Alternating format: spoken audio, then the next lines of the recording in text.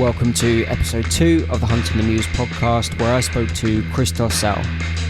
Christo Sal is a conscious content creator, writer, creative investor, and self-proclaimed mushroom missionary.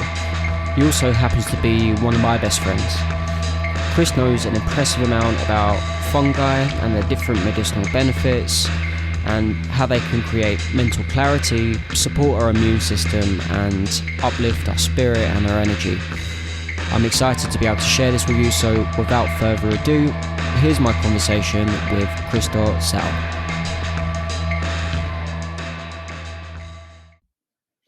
Hello, Chris. Hi, Tom.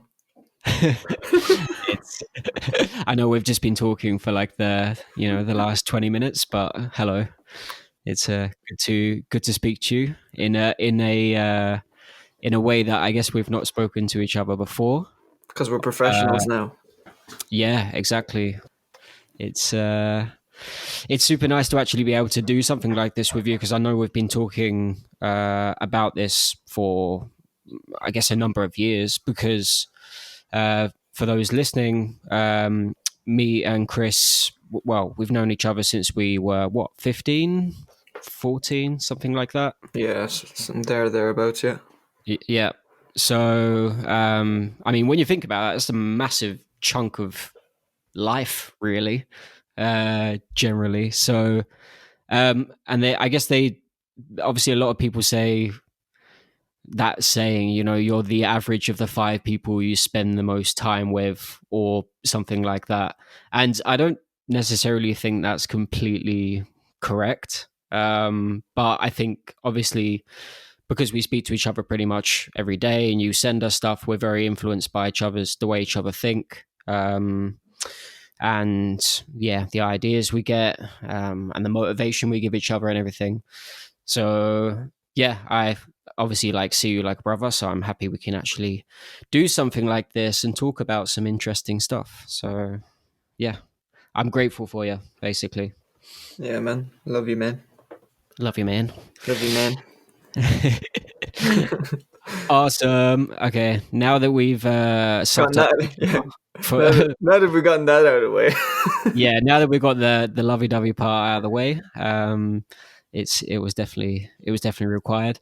Yeah, so I guess I want to ask you something that, obviously, although we speak to each other a lot, and I see what you're doing like every day on social, we've not really spoke about it at length. So I guess for like the last 4 weeks or so, 5 weeks, you've been getting up at ridiculous hours in the morning, like 4 o'clock or something like that, and getting in the Irish Sea, the freezing cold Irish Sea, while it's still dark. And some people might think, this guy's nuts. But I know you. I know you like to test what your body is capable of and do this kind of experiments to, I don't know, up-regulate your motivation, up-regulate your system. So yeah, how did this start? Why the early starts? What are you starting to feel from doing stuff like this? Well, okay, I guess if we go back to where the cold exposure started, that started back in 2017, I think. That was a few months after I found Wim Hof. I think we discovered him in 2016. They were around the same time as you were watching him as well.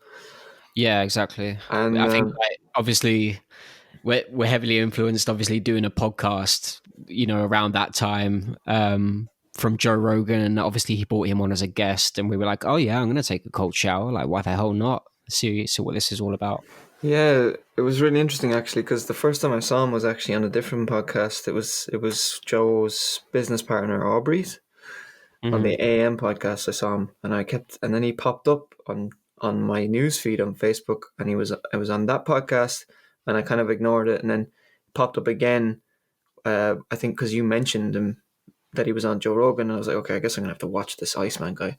Yeah. So yeah, I watched him, and then I was like, wow, he's literally like a soul brother. I just love how full of love this guy is, and So yeah, I don't know, kind of just fell in love with his whole ethos and the whole idea of the cold actually not being as bad as we're taught it is. Because I was taught my whole life, especially by my father, the Cypriots being all scared of the cold and stuff. That's you got to wear a jacket or you're gonna catch a death and all this stuff. And yeah, and up until that point, I think it was a month before I watched that podcast, I got sick 3 times in that December. And this was Mm. at a point in time where like I was going to the gym all of the time, and I thought I was healthy, and I was eating all the right foods, in my opinion, at that time.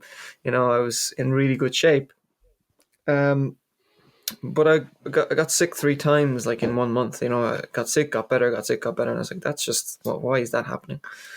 And I figured out it was like partly because I wasn't happy in the job that I was doing. I didn't feel fulfilled, and then obviously the other part was I had a fear. I kind of thought that I was in this cold environment and labeled it as a negative thing, right? Mm.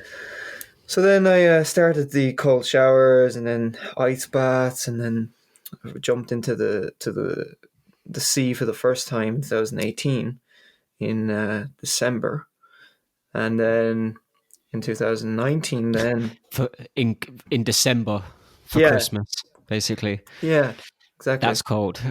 Yeah, yeah. It was really cold. It was. I went in with my cousin, and there was also like because it's easier to get in if it's just sand, but if it's rock, it's even worse because you get the kind of the pain of the cold, but you're standing on these hard things sticking into your foot, so that's a bit more challenging. Nice. But yeah, that was a wake up call to like this new thing basically. And afterwards, we were freezing. It was almost like I had Parkinson's. I was shaking that much, It was like I had never experienced anything like that. Mm. And it was strange because I was shaking, but I felt this high. It was taken out of my mind and into my body. It was bliss. Even though my body was almost in shock, it was also bliss because it took me out of my head. Mm. Um, so then we went to this restaurant bar place, and we just sat down, and as the heat came back into my body, just this rush of tranquility came. I just felt amazing. I was like, whoa, like I need to do this more often. So 2 months later, then at the time I was doing a podcast myself, which I'm no longer doing, which was called Terrifying Enlightenment. And while I was doing that podcast, which was it was revolved around existential philosophy and psychology and psychedelics and all of that stuff, right?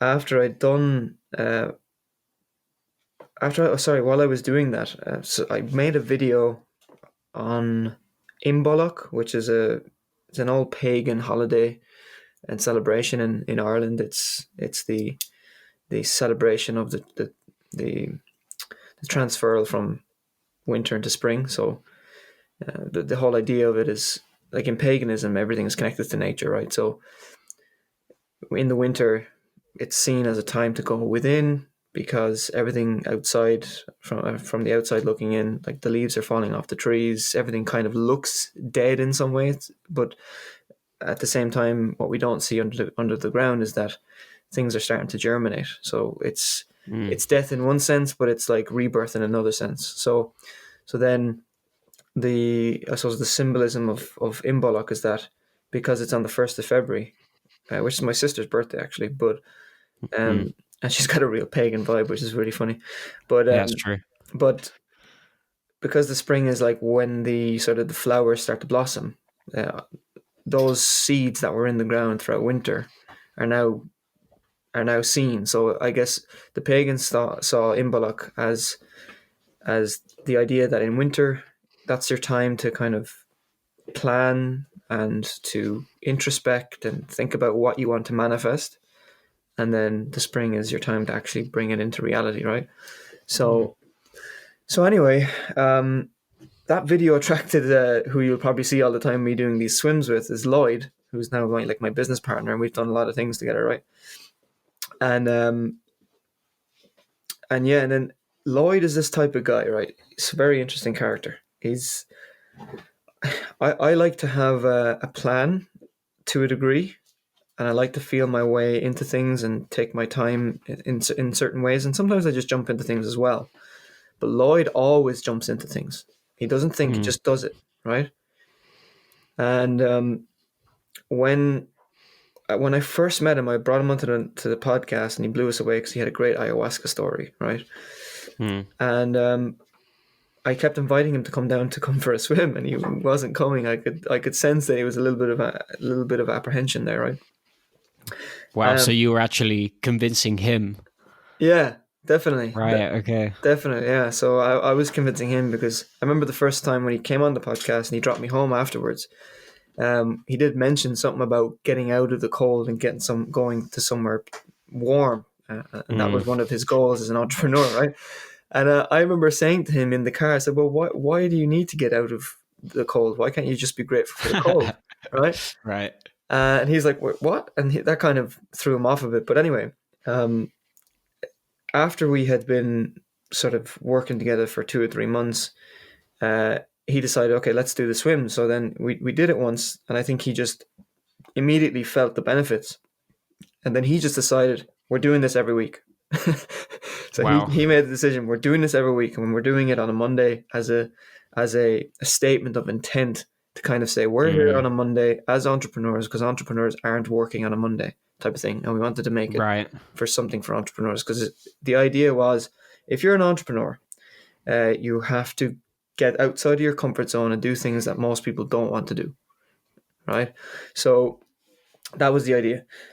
So then we did that. We did it every week for week on week and week and week. And sometimes people came, joined us. Sometimes people didn't. So the idea was we were looking to attract people to come with us so that way we could build relationships, potentially partnerships, potentially find customers. And it was working, right? But just to fast forward, I know I'm going into detail here of how this started. So we've done this for over a year and a half now. And what started out as a really tricky. Like I remember when I first got in the sea, I could barely stay in there for 2 minutes. Um, became very, very easy because it became a habit. So now for me, getting in the sea is very, very easy. And I needed, I guess we needed to kind of amplify it a bit more and make it even more challenging. So we met a guy called John O'Brien who you might have seen. I was actually he's a Mm-hmm. digital marketer. You get along really well with him. Mm-hmm. Um, he somehow we connected through a Think and Grow Rich Facebook group that we had created, which is now over like 30,000 people in it.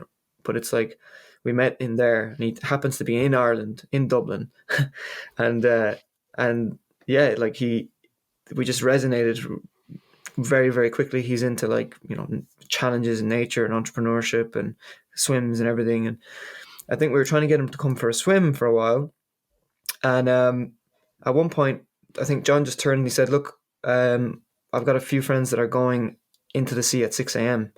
Do you want to go tomorrow?" Wow. And I most of the time I won't say no to anything like that. I'll just say, "Yeah, let's do it."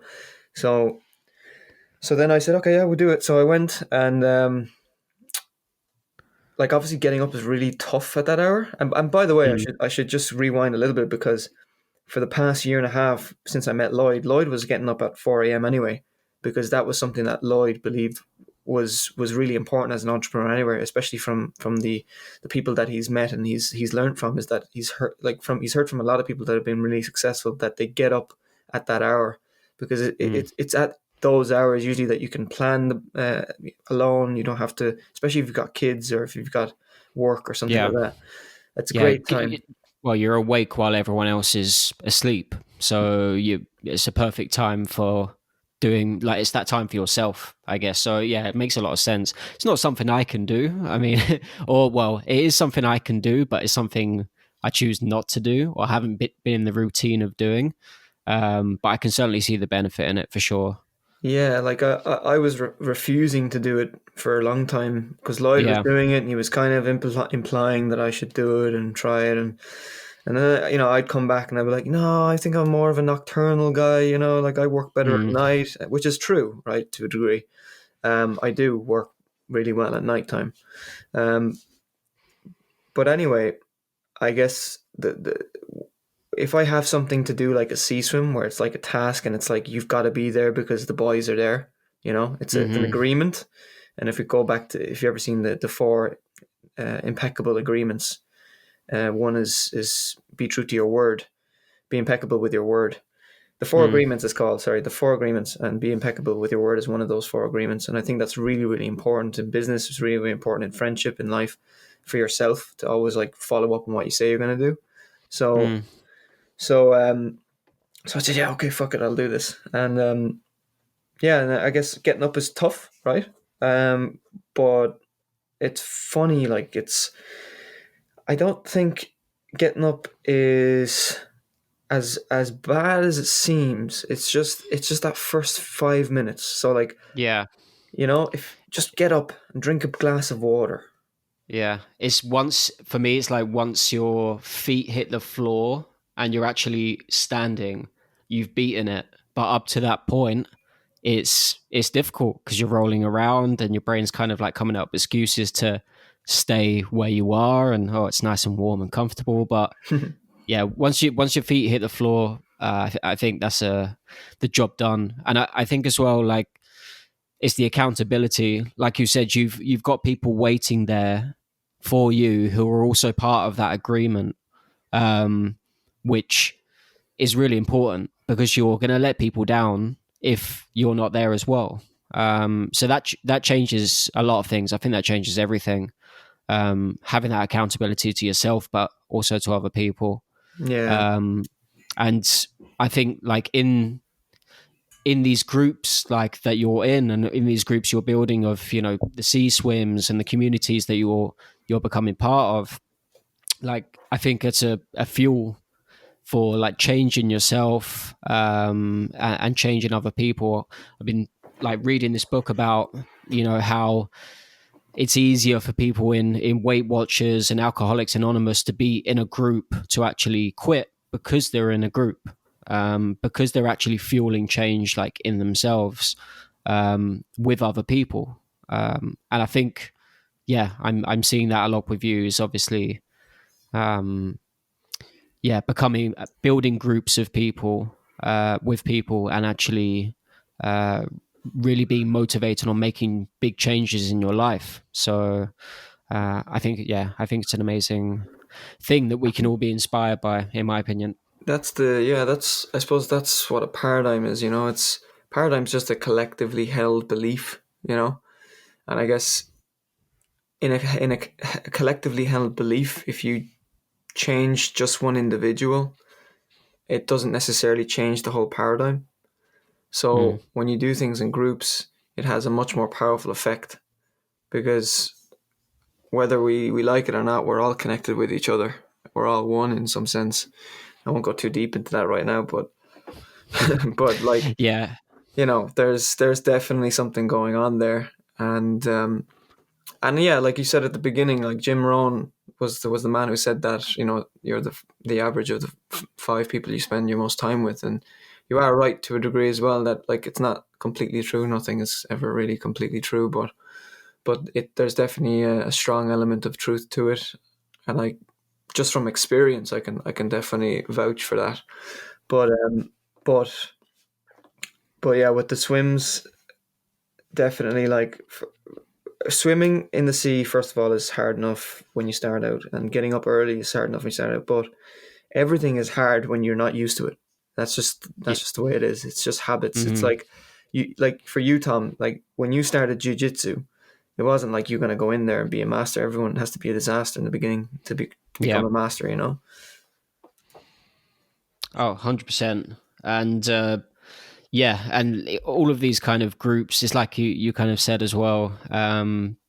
It's important to have that oneness, that kind of like collective mind, which sort of leads us in a nice segue into mushrooms that I know you're like obviously really passionate about, and obviously you've taken it on board as an idea, which is that it's almost like a collective consciousness, and that can be spun out in so many different ways across life. mushrooms can be inspiration for, building groups. It's not just like a health benefit. It's something that you're literally inspired by, and obviously you speak about every day. And obviously you can speak about this from obviously more of a perspective than me, and a deeper perspective than me. Obviously, the benefits behind things like reishi. Obviously, you've been distributing reishi coffee for what, a couple of years now, something like that. Yeah, it's probably a year and 6 months or something. Yeah, and I can sort of vouch for that. I was drinking coffee, and I've been a coffee drinker for a long time. Um, and then I switched over to this coffee, and I always had issues with coffee, giving me jitters, making me anxious, and sort of putting weird thoughts in my head that I just wasn't expecting to be there. And then this reishi coffee with, obviously the reishi mushroom inside it is just giving me clarity in the mornings. It's making me calmer. It's helping me to actually sleep better at night. And there's a whole lot of benefits. It's a powerful natural supplement. Obviously, many people can find it in like health stores and etc. But yeah, those are some of the benefits I found for me. It's like a herbal medicine. And it's helped me to adapt to stress, and I wasn't exactly expecting that, obviously. But yeah, what else can you tell us about reishi? Like, why does it have that effect on people and on your biology? Well, just speaking to what the benefit you got is, the reason that's happening is because reishi promotes GABA, which is it's a neurotransmitter that's calming. So when you drink coffee, regular coffee, for the most part, your brain's producing cortisol. Cortisol's a stressful neurotransmitter. Not saying that cortisol's bad. Nothing in your body is innately bad. And I think sometimes we can get caught up in those ideas. So cortisol has a purpose, and it's that fight or flight response.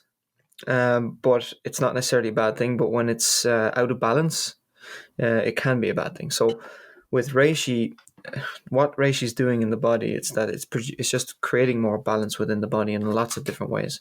One of the ways is that GABAergic mechanism. So it's producing GABA in the brain, which makes you feel more calm, and it's actually converting this more sort of stressful hormone called glutamate into GABA. So I've got one of my customers who's been ordering every month, and he's autistic, and he just takes the spores. The spores are just based on the studies anyway, they're the most potent part of reishi mushroom.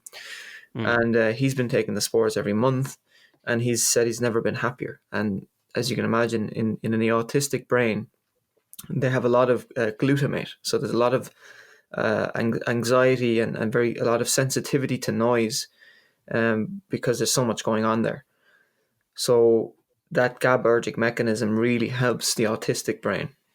And then outside of that, even if you're not autistic, if you're feeling anxious or you're getting a really weird response to regular coffee, then that's what that's doing. But outside of that, there's so much more going on. So a lot of medicinal mushrooms, not just reishi, they're basically really good for your gut, and the gut is the second brain. You get a lot of your anxiety from an unhealthy gut as well. Hmm.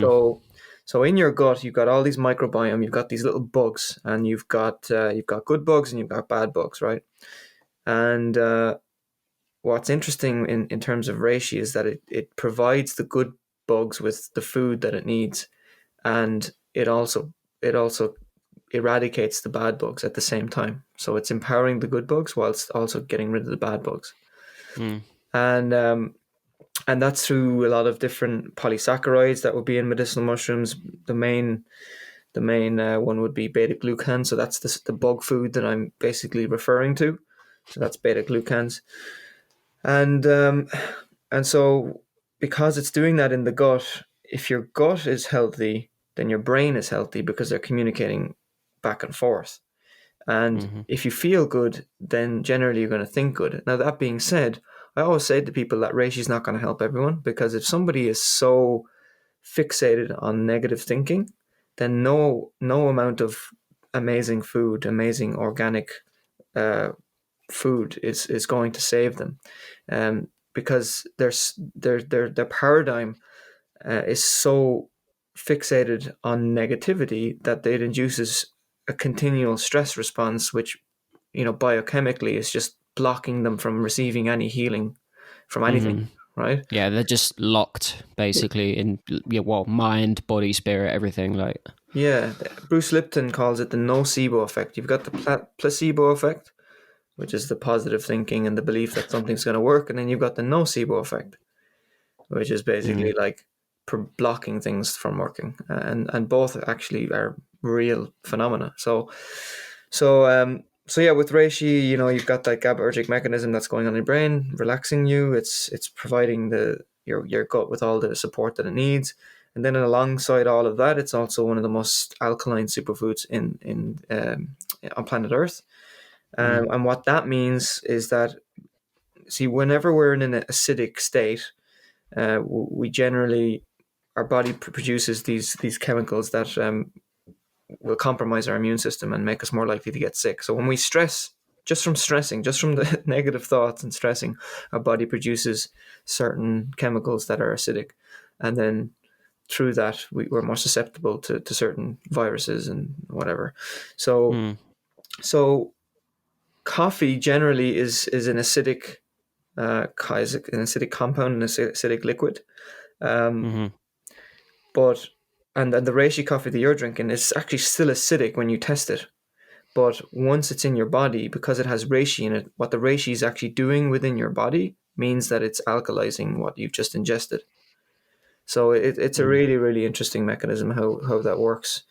But it's a fascinating mushroom. I mean, there's so many fascinating mushrooms out there. Reishi's not the only one, of course. mm. But yeah, Yeah, I mean, they obviously, from what I've seen, they call reishi the mushroom of immortality, right? yeah, Lingji, um, which I think you dropped a fact somewhere. I mean, there's I'll drop it in the notes for this podcast as well. There's you did like an awesome series of videos all about obviously the different types of mushroom, yeah. um, and I think you said at some point that they actually took people's hands off for actually owning the mushroom. Like it was kind of seen as sacred in a sense. Yeah, in China, yeah. Yeah, Yeah, in that's China, the emperor used to cut your hands off if they caught you with it once. If they caught you with it twice, they chop your head off because it was the mushroom was kept for the emperor only. wow. Greedy. But Yeah, now, yeah, now it's available for all of us. So, yeah, which is amazing. Um, and yeah, as you said, there are other obviously mushrooms as well that you can commonly find. You know, lion's mane, shiitake, cordyceps. I mean, but are these mushrooms? Do they have completely different functions, or they're pretty much uh, exactly the same, like or similar in effects? And how would you kind of like rank them in a sense? Or like I said, do they all have different attributes for different things? So, lion's mane is better if you want sleep or to concentrate. yeah. Cordyceps better for defense.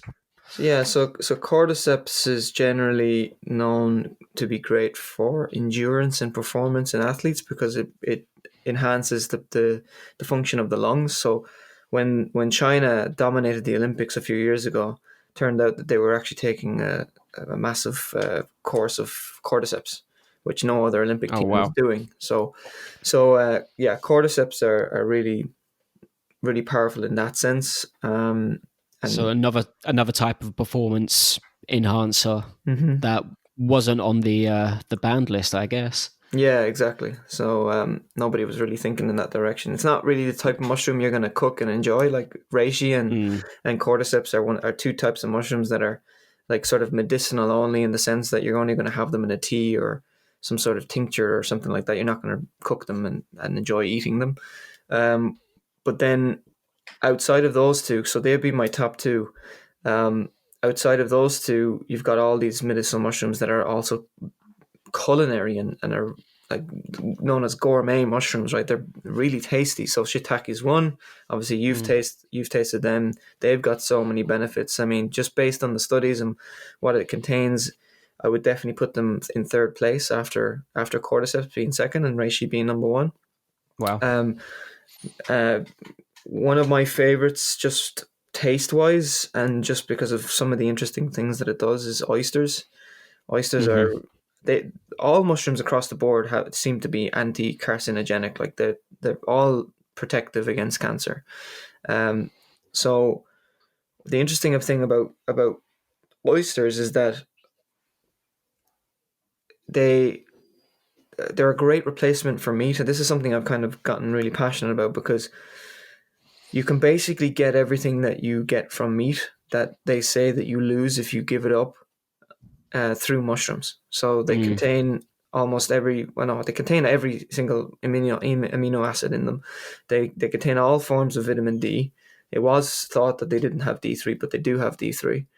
And when you dry shiitake in the sunlight, you actually allow it to increase its vitamin D levels because they absorb sunlight the way that we do and convert it to vitamin D. So That's crazy to me that you can yeah, leave this mushroom in the sunlight and it will increase, yeah, the yeah, vitamin that you need, and that we can. It's just like us, like you said. And I heard someone say today, like if you had, um, a cabbage and mushrooms, and a diner serve it to you, that the diner, the mushrooms would be more similar to the diner than the cabbage. So yeah, there's a real similarity lab between how we work and how yeah, these mushrooms work. yeah. It's really, really, really interesting, and yeah, they can contain everything. Like, so you don't have to worry about becoming deficient in anything. They're full of B12 and different B vitamins. I mean, something that you can use even for supporting B12 is something called nutritional yeast. And nutritional yeast again is just it comes from fungi again. So Mm, yeah, so definitely a great replacement for meat if that was ever a consideration for anybody. When it comes to lion's mane, yeah, lion's mane just neurologically is great benefits for the brain. It's supporting neurons. It's causing neurogenesis as well. It's great for the lungs. It does help sleep and focus, but reishi does that too. Reishi is really great for sleep because of that GABAergic mechanism. mm, Um, so like, there's just so many amazing mushrooms. There's maitake, which is also known as sheep of the woods, if I'm not mistaken. I think that's the nickname, or hen of the woods. Um, but there's just so many different types of mushrooms, and I'm sure we're going to discover so many more because there's so many out there that haven't even been studied to the degree as let's say reishi has, because reishi mm. has over 3,500 studies on it, whereas all these other mushrooms are still being studied, and more and more evidence is coming out with regards to them. And on turkey tails, I forgot to mention turkey tails. Turkey Yeah, tails, turkey tail looks amazing. And well, it's exactly as it's described, pretty much, right? I mean, it yeah, looks like a turkey's tail. So, yeah. It looks exactly like a turkey's tail, and apparently it's really, really effective with breast cancers. mm, So yeah, no, mushrooms are really amazing. But here's the thing, right? So I think it's not just about mushrooms. I always talk about mushrooms because I'm really passionate about them in so many different ways, not just for what they do to us when we consume them, but also just almost because of the symbolism that they carry as well. And you sort of alluded to that earlier, that I'm fascinated by the idea of the mycelium, which is the network underneath the mushrooms. mm, I'm fascinated by that web network of support and that collective growth, um, and in just this innate intelligence in nature. I'm really, really fascinated by that.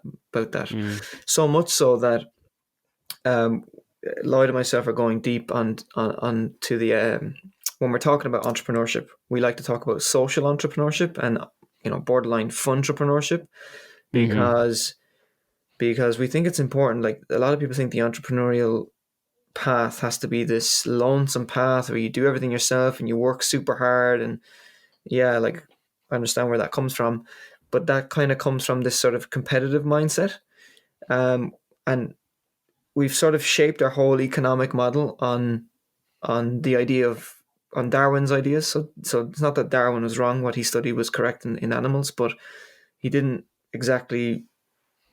We took his ideas and then we modeled a socioeconomic structure on that model. And what that's Mm. done is that it's implied that people have to be ruthless, and it's okay if I win, but uh, it's okay if you win, but it's more important that I win type of scenario. Right. Yeah. It's not about win-win relationships. So I think if we were to model our socioeconomic structure more so as a mycelium, or if we look to nature and how it perpetuates itself, because animals, they're born and then they die. And yes, plants and mushrooms, they're born, they kind of grow and then they die, but nature itself perpetuates itself. And the reason why it perpetuates itself, it seems, is because it has this self-perpetuating system, which is all about mutual aid and cooperation within the system, Mm. and a means of perpetual exchange, right? So you can take a tree, for example, right? So whenever you go into a forest, there's always a mother tree in that forest, and you'll usually be able to tell which tree that is because the mother tree has its branches branching out while the other trees are kind of just going straight up and there's no branches coming out. Mm. And that's usually the mother tree. And the mother tree actually feeds nitric oxide to the weakest tree in the forest. So there might be a tree on the outskirts that's more vulnerable to the wind and the storms that's coming in, and it feeds it in nitric oxide, so it has more strength.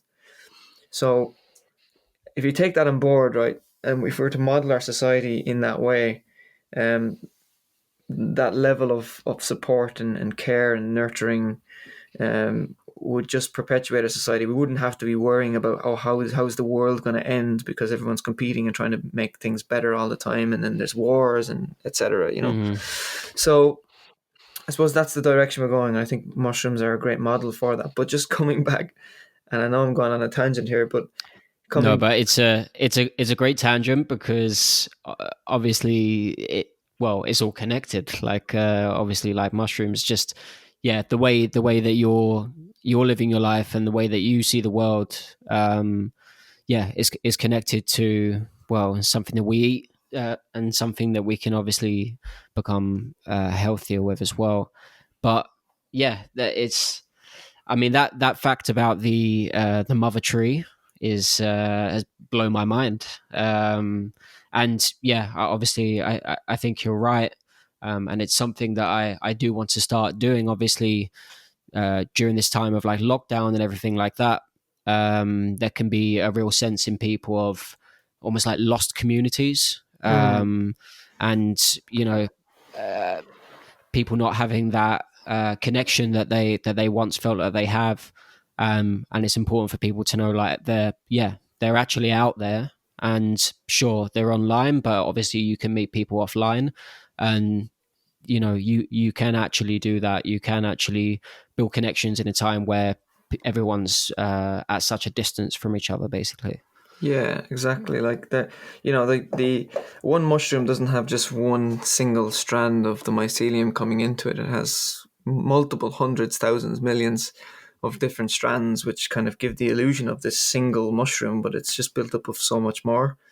So yeah, like it's fascinating, I think. And just coming back to mushrooms as well, like I know I talk about mushrooms all the time as this amazing medicine, and like how they can heal everything, but I also again, coming back to this nocebo effect and placebo effect, I think there's so much more to health. It's not just mushrooms. So I like to talk in terms of the elements now as well.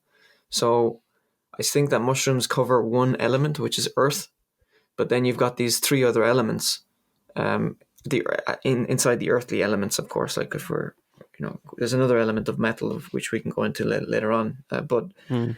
But if we're talking of the earthly elements, we're talking about earth, uh, earth, fire, water, and air, right?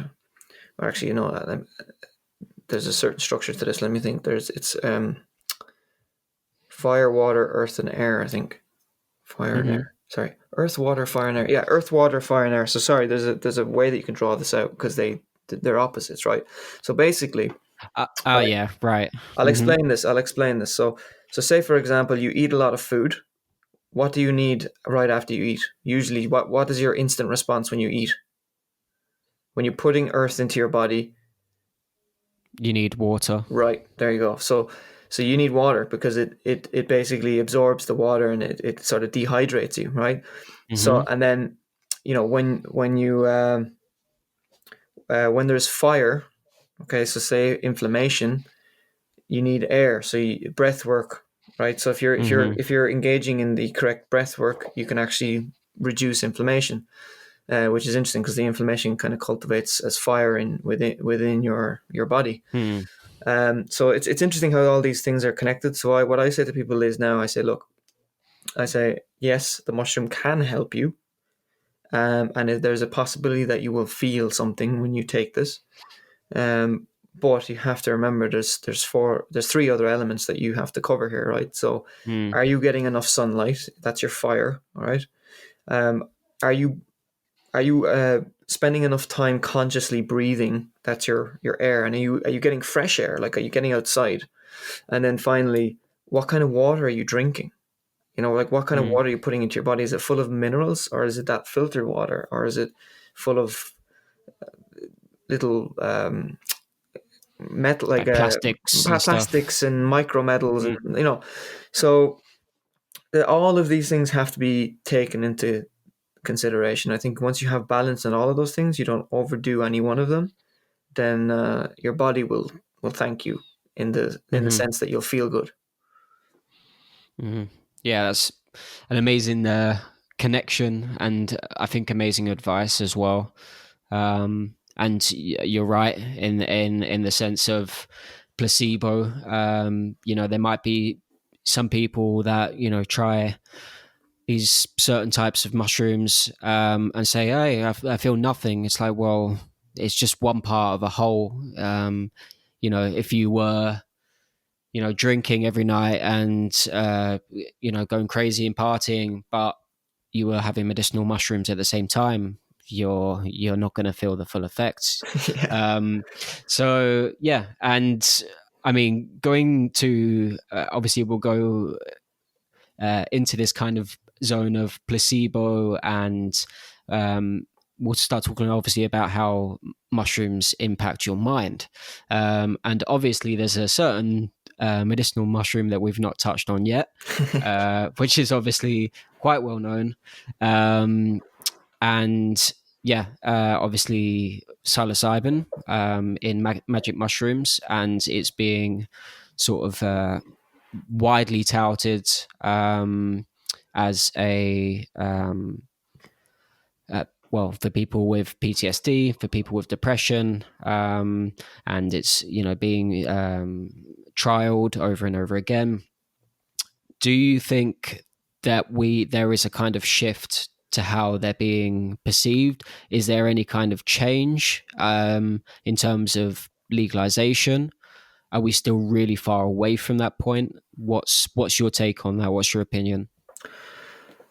Uh, there's definitely a shift happening anyway, because there's definitely people that I know that maybe weren't so open a few years ago that are now open, and that's a telltale sign, at least within my own reality, of people that I knew that weren't open that are now open.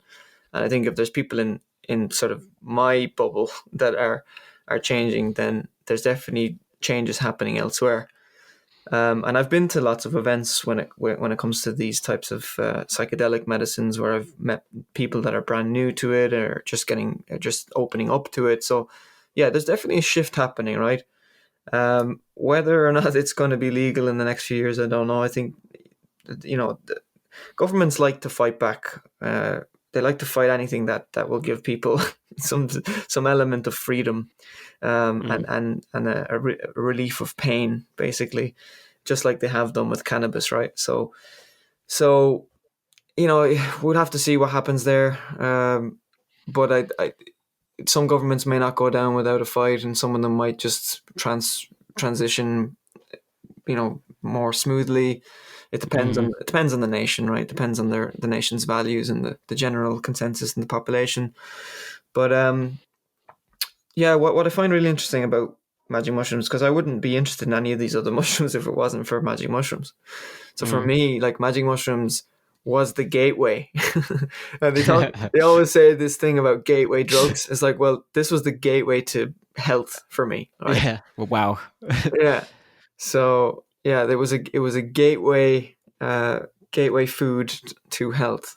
So yeah, because of my fascination with that mushroom, and when I was getting into all these groups and communicating with people, I then stumbled across the name Paul Stamets, and then that's when a whole can of Mm, worms opened for me. It was like, whoa, there's all these other mushrooms that do amazing things. There's mushrooms that eat plastic. There's mushrooms that you can use yeah. instead of pesticides. There's like so many functions for fungi that it's beyond belief. So when it comes to psilocybin, for me, and first of all, I'm going to talk anecdotally. I'm going to talk about my experience and what my intuition has Hmm. always told me about magic mushrooms, and then I'll talk a little bit more scientific, right?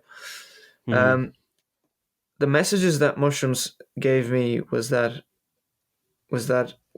we we literally can create our reality. We literally can manifest a reality.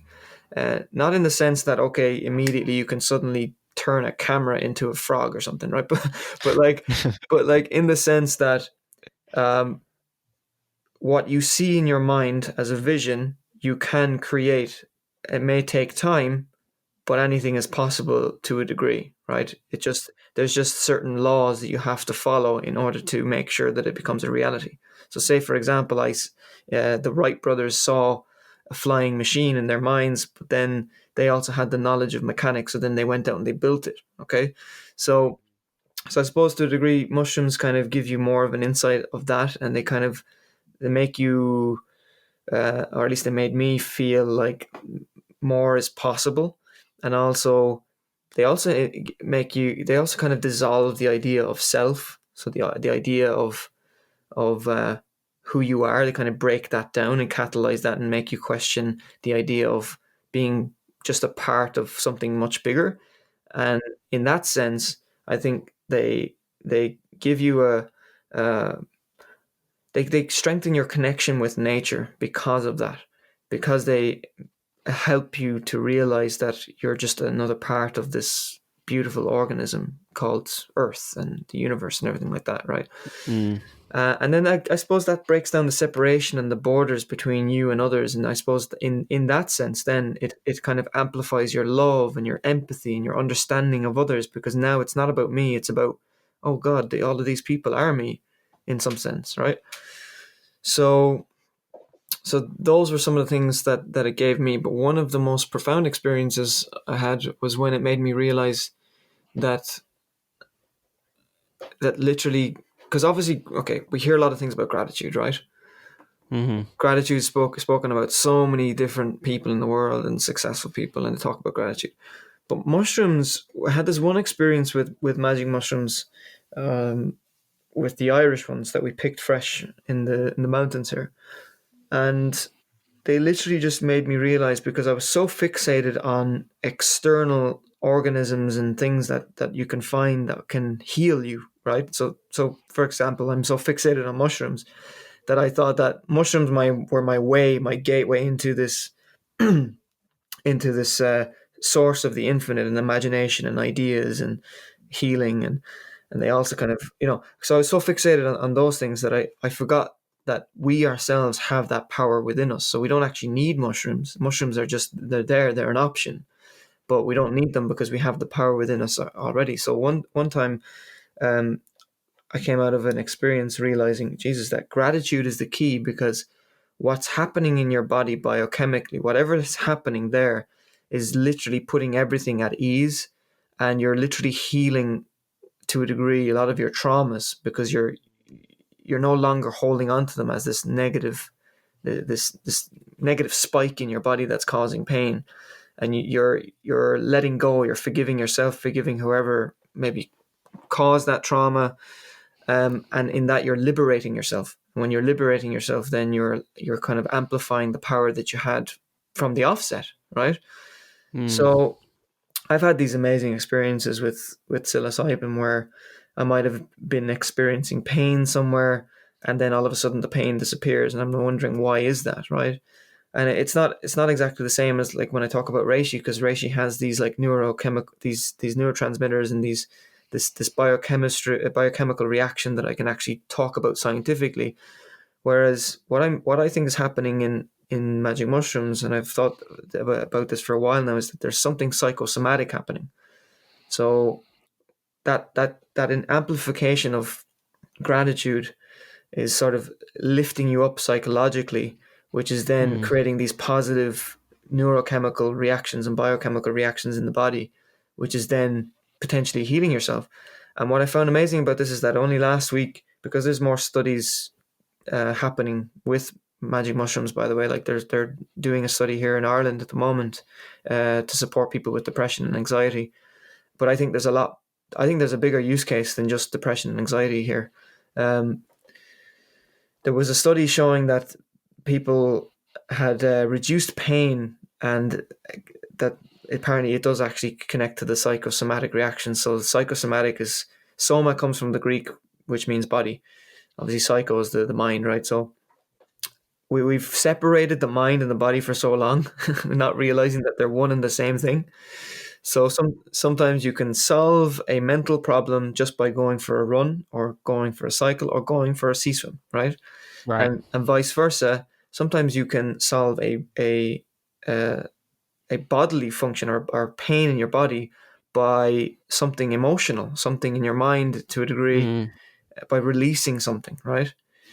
It's fascinating how it does that. But yeah, psilocybin, that's what it always made me feel, and it always made me feel as well that it, to some degree, it was helping me become smarter.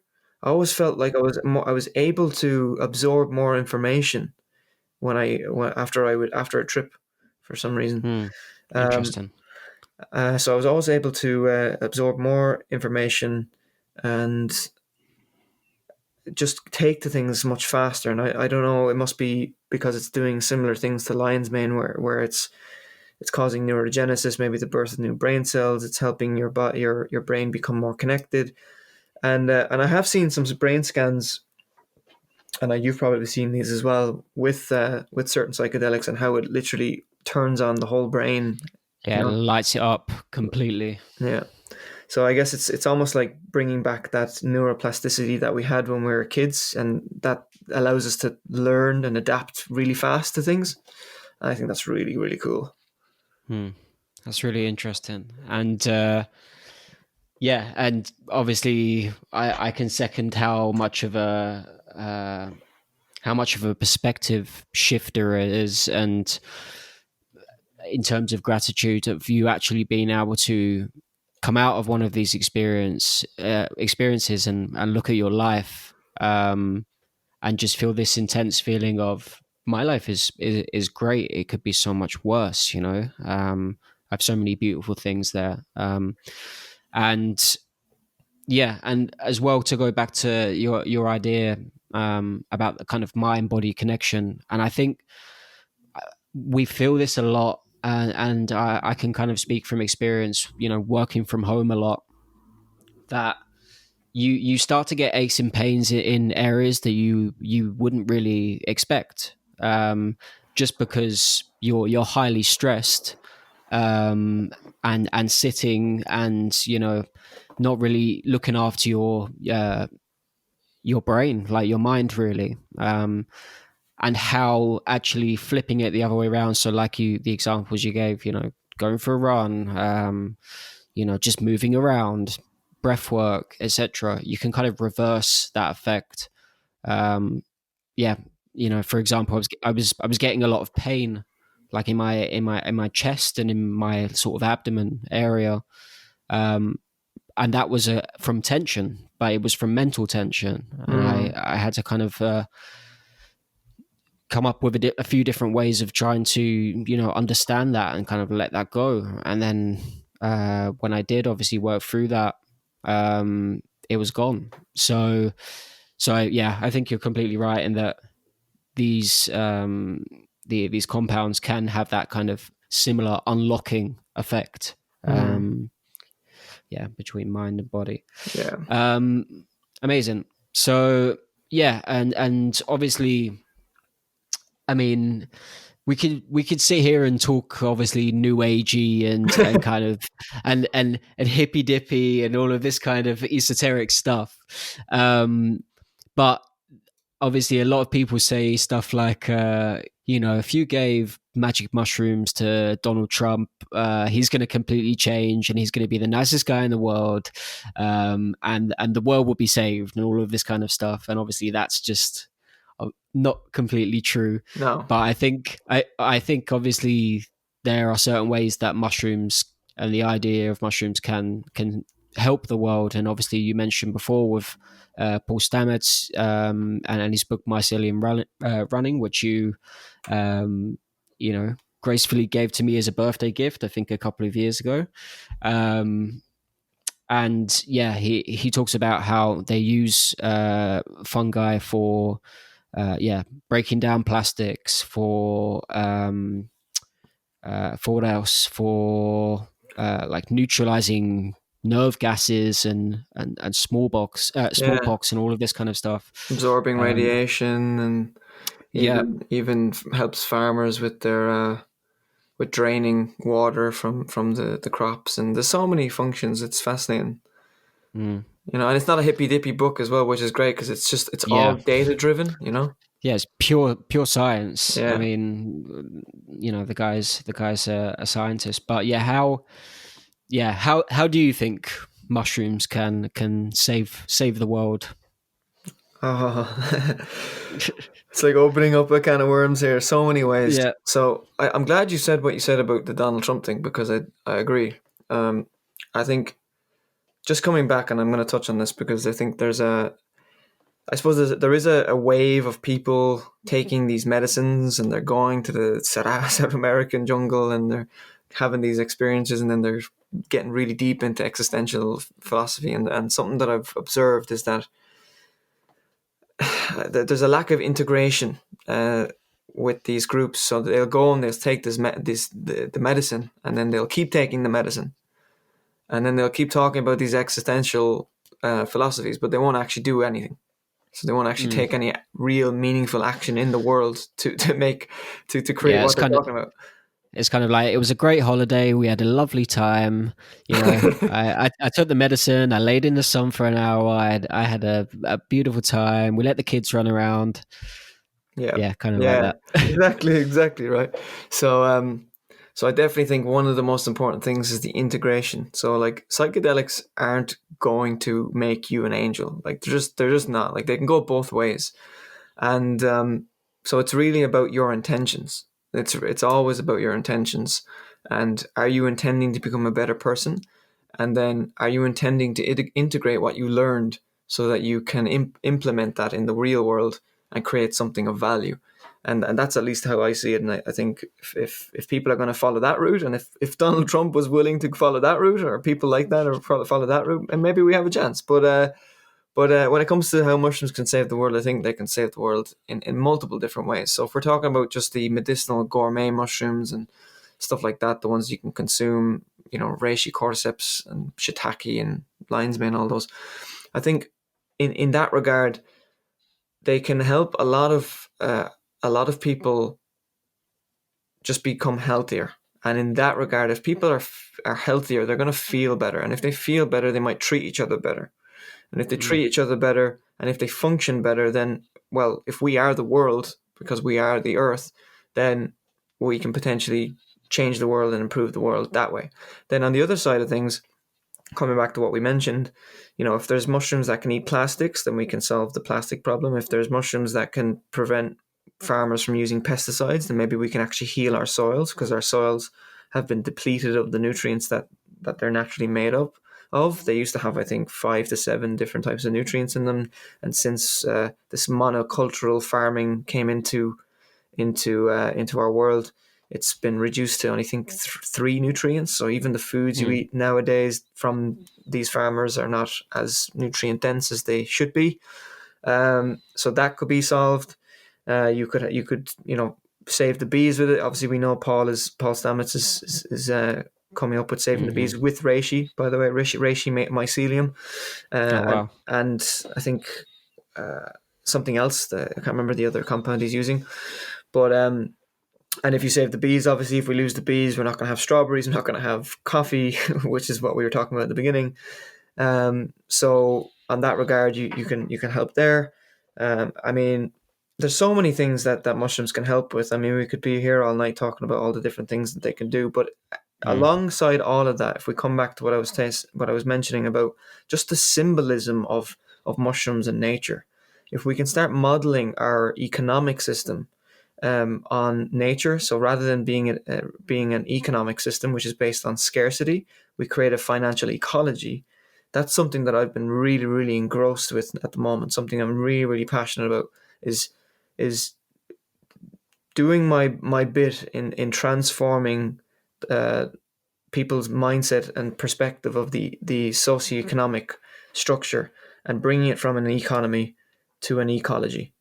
And if we can do that, let's say, for example, you create a business, Tom, and on your business, every time somebody purchases something from you, somebody else that wasn't in the transaction also wins. That's the type of that's the type of business world and ecology I would like to see. Because if we could do that, then we'll create lots of win-win situations, and you could almost help people create multiple streams of income that way.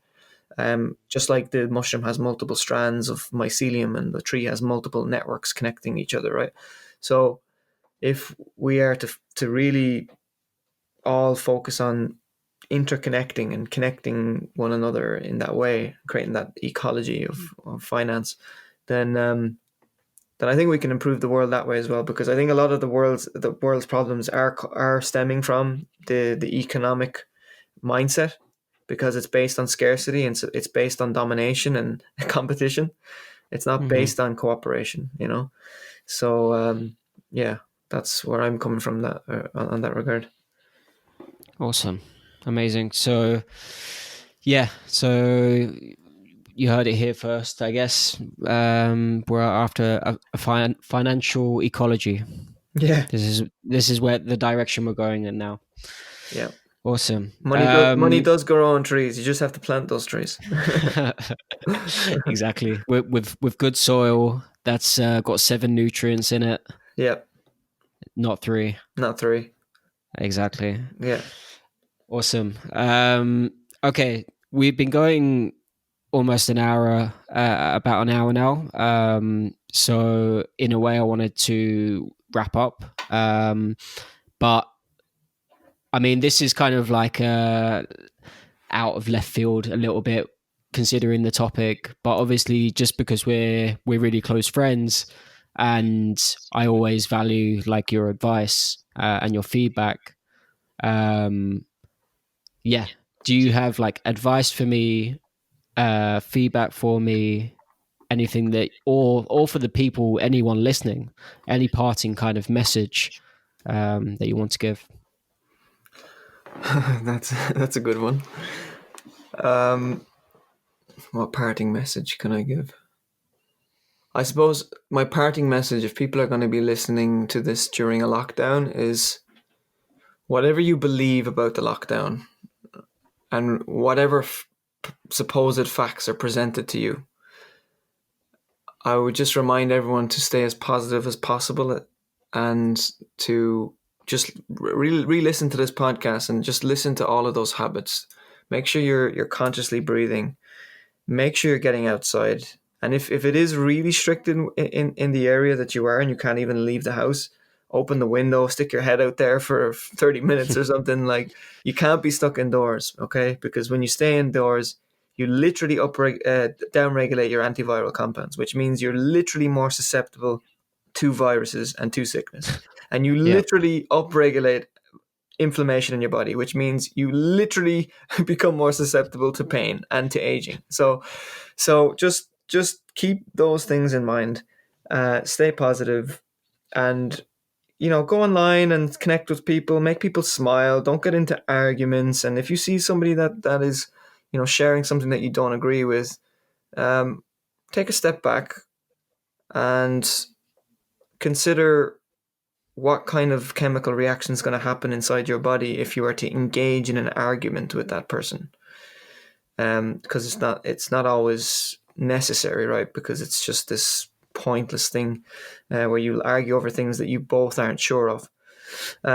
So just focus on that. Feed yourself with the right things. Get some medicinal mushrooms into your body. If you can get outside, if it's not that strict, if there's the sea nearby, get into the sea. If there's trees nearby, go hug a tree for an hour. Just hug it for an hour, and all of this will be over soon. I'm pretty confident all of this will be over soon. But stick together. People need to stick together during this time, not divide. And even if you do have disagreements, it's important that there's a conscious discourse rather than a who's right. You're right, I'm wrong type of thing. So and outside of that, my only other advice, and this is just coming from me, if you're struggling financially, maybe you've lost a job during this whole thing. Be open-minded. Start considering ways that you can earn online. Start considering how can I create multiple streams of income online, and am I okay with receiving money? Because a lot of people aren't okay with that. So a lot of people don't transfer from the employee to the entrepreneur because they don't have the confidence, because they feel bad by putting a price tag on whatever they're doing, or maybe they feel like they're an imposter to a degree to even put a price tag on what they're doing, right? But again, coming back to what we said earlier, Tom started off in jiu-jitsu. He's been doing it for 3 years, is it now? You've been doing it, right? I'm sure you were a disaster when you started. Now you're becoming more and more a master every single day. I was a disaster when it came to the cold exposure. Now I feel like I'm more of a master. So, and the same with the entrepreneur stuff, right? Like I had one stream of income at one point. I made one decision that I didn't want to have one stream of income anymore, and I started engaging in types of businesses and streams of income that maybe most people would be skeptical of, that wouldn't be open to, and now I have 14 streams of income. So that's a year and 6 months later. So just be open, guys, and just consider that we are entering into a new world, and now is the time. Now is the time to build whatever you want to build, because most people are not going to be building. And if you feel like you want to build something, build it now and be that lighthouse for everybody. That's amazing advice, both for me personally, and I think for anyone listening. So yeah, beautiful, man. I really appreciate that. And yeah, I love you, brother. I love you too, man. And thanks for doing this with me. Again, like I said at the beginning, this is something we talk about that we would love to do, and I'm glad that we're actually sitting here and doing it and having these cool conversations. So yeah, thanks very much. And like I said, love you, man. Yeah, man, always. Thanks a lot for listening, and I hope you enjoyed this and picked up some useful tips and insights. If you did, then please leave us a review and rating on whichever podcast platform you're listening to this from. And also check out the material on Instagram. It's at Hunting the Muse, all in one word. And you can also find more great content at huntingthemuse.net. Once again, thanks a lot for listening.